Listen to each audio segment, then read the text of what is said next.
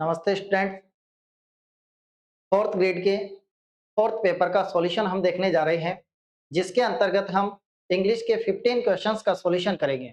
और 15 क्वेश्चंस आप कमेंट करके बताएं कि आपको हमारे क्वेश्चंस किस तरह के लग रहे हैं, कैसे क्वेश्चन लग रहे हैं। एग्जाम बेस्ड आपको क्वेश्चंस लग रहे हैं तो निश्चित रूप से आप कमेंट करें। हम देखें कि स्क्रीन पर दिखने वाला ये पहला क्वेश्चन आपके टेस्ट पेपर का इंग्लिश के क्वेश्चंस का पहला क्वेश्चन था। इंग्लिश के क्वेश्चंस के अंतर्गत जब हम देखें तो पहला क्वेश्चन इंग्लिश का किस तरह का था, देखो, fill in the blanks with correct article. सही आर्टिकल को चुनाव करना है और सही आर्टिकल का यूज करना है। सबसे पहले देखें, हम यहां दे रखा था rich should help the poor. जो रिच हैं, अमीर हैं, उनको हेल्प करना चाहिए पुअर्स की। तो यहां पर देखो ए रिच, क्या एक अमीर करेगा? एन रिच, दे रिच या क्रॉस, आई मीन कोई नहीं। तो यहां जब हम देखें तो करेक्ट आंसर क्या था आपके पास? करेक्ट आंसर था इसमें दे। बहुत सारे स्टूडेंट्स ने इसमें ए का प्रयोग किया होगा, बहुत सारों ने एन का प्रयोग तो न के बराबर स्टूडेंट्स ने किया है। ए का प्रयोग भी किया है कुछ स्टूडेंट्स ने। देखो यहाँ दे का यूज क्यों हो रहा है? क्योंकि दे के बाद एडजेक्टिव आता है तो उसका मतलब होता है ऑल। आई मीन यहाँ पे हमारे पास द रिच, और द रिच का मतलब है ऑल द रिच, कंप्लीट है ऑल द रिच।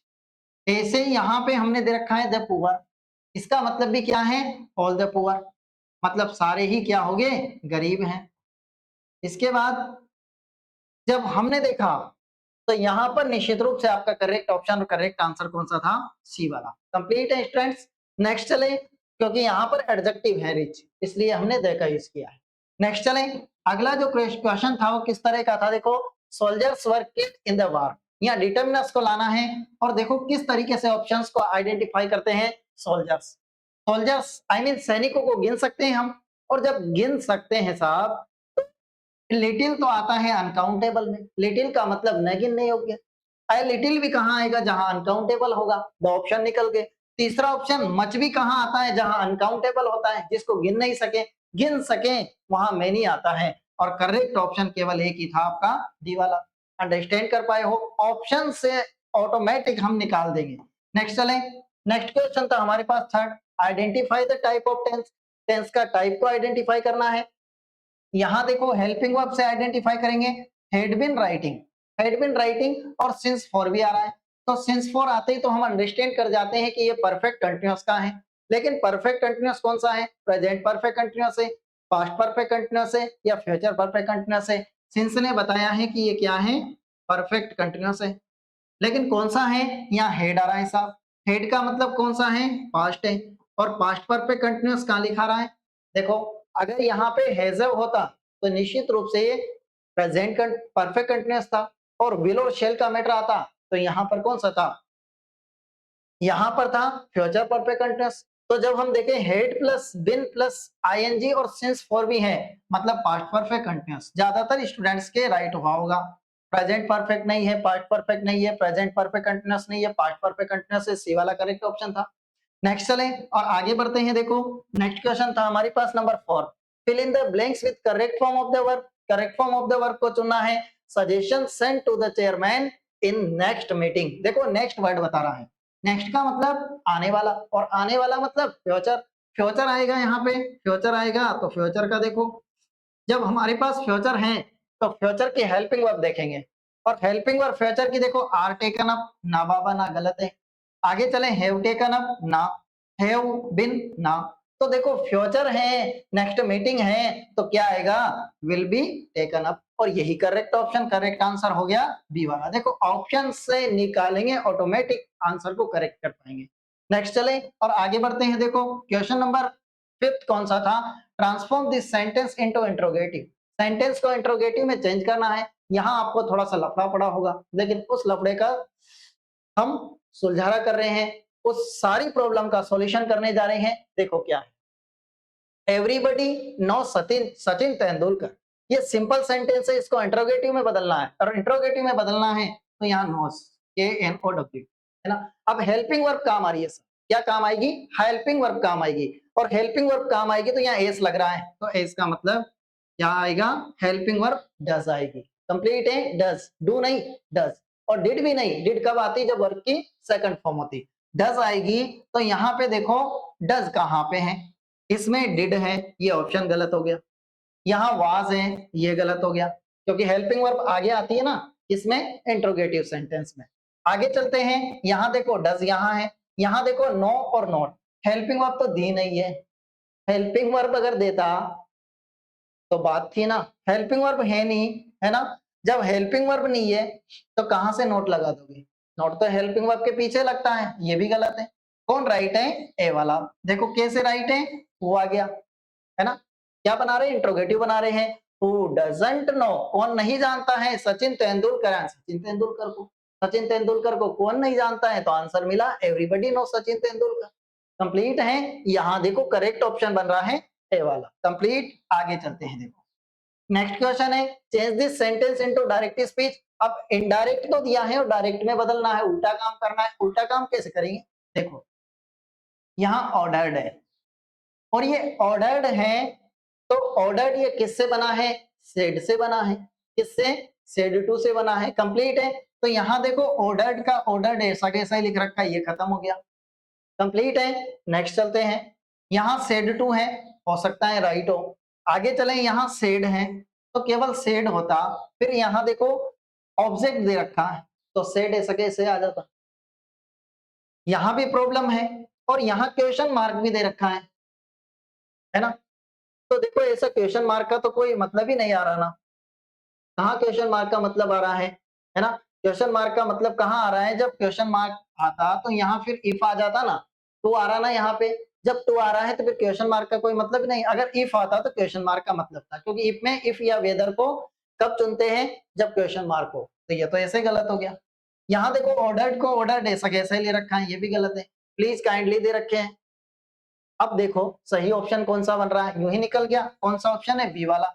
किस तरीके से, देखो राम है, सेट टू का बन गया ऑर्डर्ड, और अर्जुन ऐसा कैसे, इन्वर्टेड कोमा की जगह टू आ गया। अब आगे देखें आप, गो अवे, ये गो अवे ऐसा का ऐसा ही, क्योंकि ये इंपरेटिव सेंटेंस है और इंपरेटिव सेंटेंस किससे स्टार्ट होते हैं, वर्ब की फर्स्ट फॉर्म से स्टार्ट होते हैं। करेक्ट ऑप्शन कौन सा था, बी वाला था। इस तरीके से वन बाय वन क्वेश्चंस को निकालेंगे। देखो क्वेश्चंस को क्या, ऑप्शंस को निकालेंगे, है ना।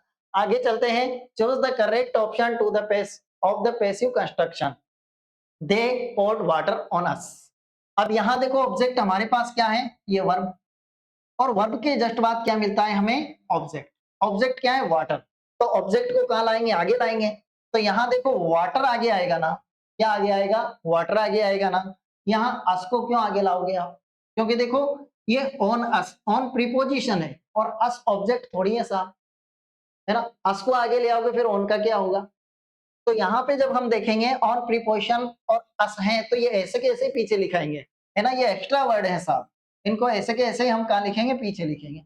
वाटर आगे आएगा तो यहाँ वी आगे ला रखा अस का, गलत है ना। आप इस तरीके से खो गए होंगे कि ऑब्जेक्ट कहाँ मिलेगा, पीछे पीछे मिलेगा, ऐसा गलत है।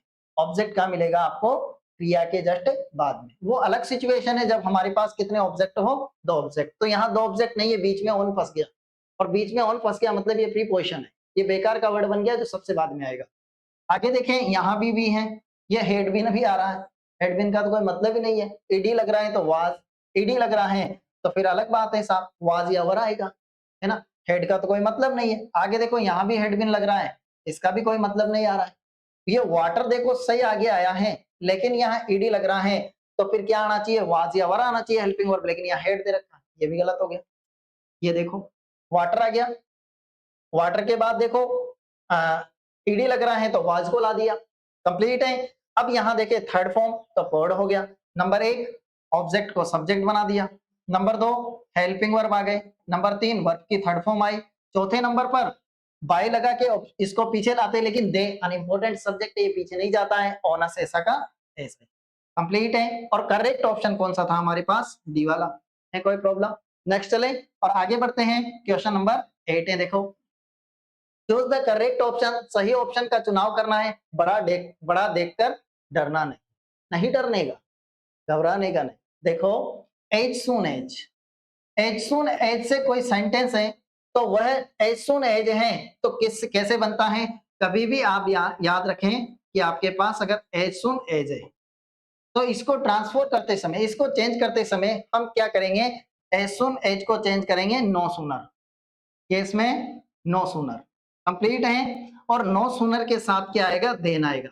समझ रहे हैं आप, नो सूनर के साथ देन भी आएगा, कंप्लीट है। तो यहां देखो no sooner no sooner no sooner no sooner सब में है, डिड भी सब में है, चलो छोड़ो, देन देखो देन, इसमें देन नहीं है तो ये गलत हो गया, कंप्लीट है। यहां देखो नो सूनर के साथ देन भी है, यहां भी देन है, यहां भी देन है। अब ऑप्शंस को निकालते हैं।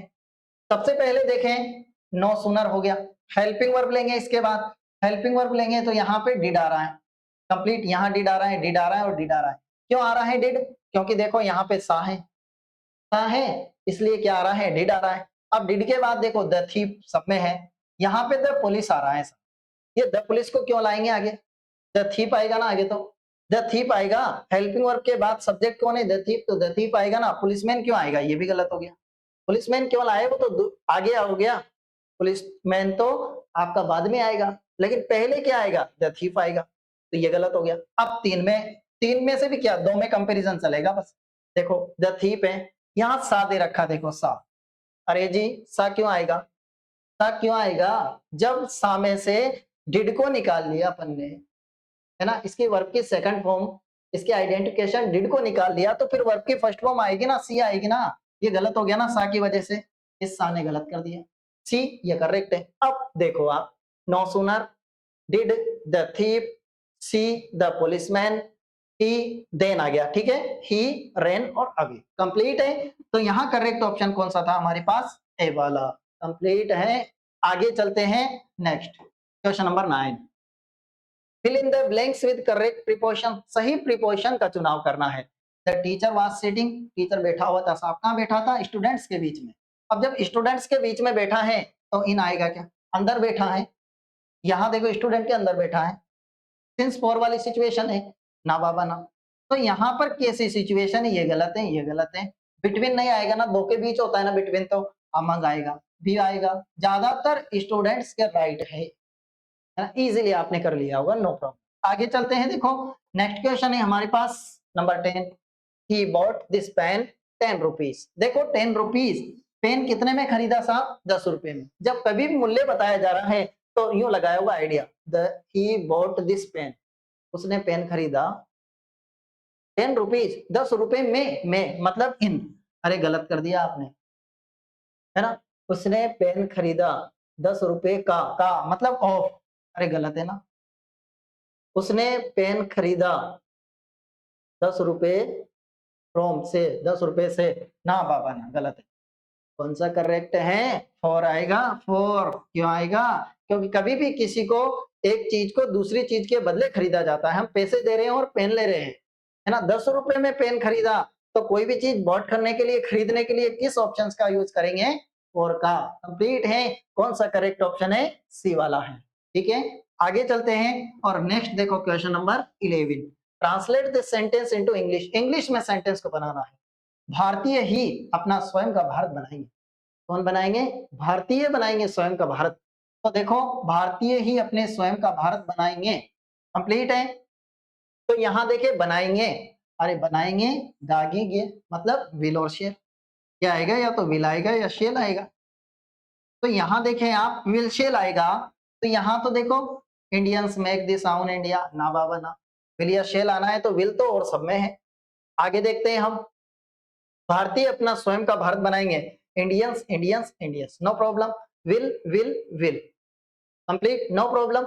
अब यहां देखो build, be building, be building, क्या बाबा, बी बिल्डिंग, आईएनजी लगा रखा, आईएनजी का मतलब तो रहा, रही, रहा होगा, रही होगी, रहे होंगे, अरे जी गलत है ना, विल बी बिल्डिंग, बना रहा होगा, बना रही होगी, बना रहे होंगे, आईएनजी आईएनजी, ना बाबा ये गलत हो गया। आगे चलो, Indians will have build, have build, बना चुके होंगे, बना चुके होगा, अरे चुका होगा, चुकी होगी, कई होगा, कुछ नहीं होगा। ये देखो करेक्ट हो गया ये वाला, कैसे करेक्ट हुआ, देखो इंडियंस विल बिल्ड, भारतीय बनाएंगे देयर ओन इंडिया, अपना स्वयं का भारत, कंप्लीट है, ये वाला करेक्ट है। आगे चलो, नेक्स्ट क्वेश्चन है, जोरों से हवा चल रही है, कैसे हवा चल रही है, जोरों से। चल रही है, अरे रही है, रहा है, कंटिन्यूटी है, आईएनजी है। लेकिन आईएनजी भी किसका है? चल रही है, मतलब इज एम आर के साथ आईएनजी आएगा। किसके साथ? इज एम आर के साथ। लेकिन क्या है यहाँ पे? यहाँ पे हमारे पास प्रेजेंट टेंस। तो यहाँ वाज दे रखा, ये तो यूं ही गलत हो गया। हाँ थोड़ी है, आगे देखो। हाँ, यहाँ इज एम आर तो है नहीं, ये भी गलत हो गया। यहाँ भी इज एम आर नहीं है, आईएनजी दे दिया, तो क्या है? इज एम आर तो होना चाहिए ना, ये गलत हो गया। कंप्लीट कौन हुआ? बी वाला हुआ। The wind is blowing hard, the wind is blowing, हवा चल रही है, हार्ड जोरों से चल रही है, कठिनता से चल रही है तो चलने दो, बी वाला करेक्ट हो गया। आगे चले, और कैसा ऑप्शन है, कैसा क्वेश्चन है, कैसा प्रश्न है? Choose the most appropriate English word of the following. घोषणा, अरे घोषणा, प्रोसेशन, प्रोक्रिएशन, कंसेशन, और क्या प्रो है? क्या राइट करेंगे? सब प्रो, सबसे करेक्ट ऑप्शन था आपका डी वाला, प्रोक्लेमेशन। कंप्लीट है। प्रोक्लेमेशन याद रखना है कि इसका मतलब क्या है? घोषणा करना है। ठीक है, आगे चलें, और नेक्स्ट क्वेश्चन हमारे पास है number 14। Spot the wrongly used word. कौन सा वर्ड है जो गलत यूज हुआ है? रॉन्गली यूज्ड होने वाला वर्ड देखना है। He lost his watch yesterday. Wow, very good. Yesterday भूतकाल, भूतकाल लॉस्ट सही है, सही है ना साहब? सही है। She is my best friend, वो मेरी अच्छी मित्र है। She is my best friend, मेरी अच्छी मित्र है, कंप्लीट है। The desert is full of sand, desert किससे भरा हुआ है? रेगिस्तान। फुल ऑफ सैंड, रेत से भरा हुआ है, कंप्लीट है। He went there to meet his uncle, he went there, वो वहां गए गए थी साहब, to meet there his uncle, अपने चाचा से मिलने। तो यहाँ पे देखो, वहां गई थी तो ये देयर तो अलग है ना, यहाँ तो वहां जाने का मतलब तो देयर ये वाला आना चाहिए, गलती तो यही है ना। तो देखो, जो गलत है वही राइट है, रॉन्गली यूज्ड देखना है। तो देखो यहाँ ये THERE देयर वहां आना चाहिए ना, ये देयर थोड़ा ना आएगा। तो करेक्ट ऑप्शन कौन सा था? डी वाला था।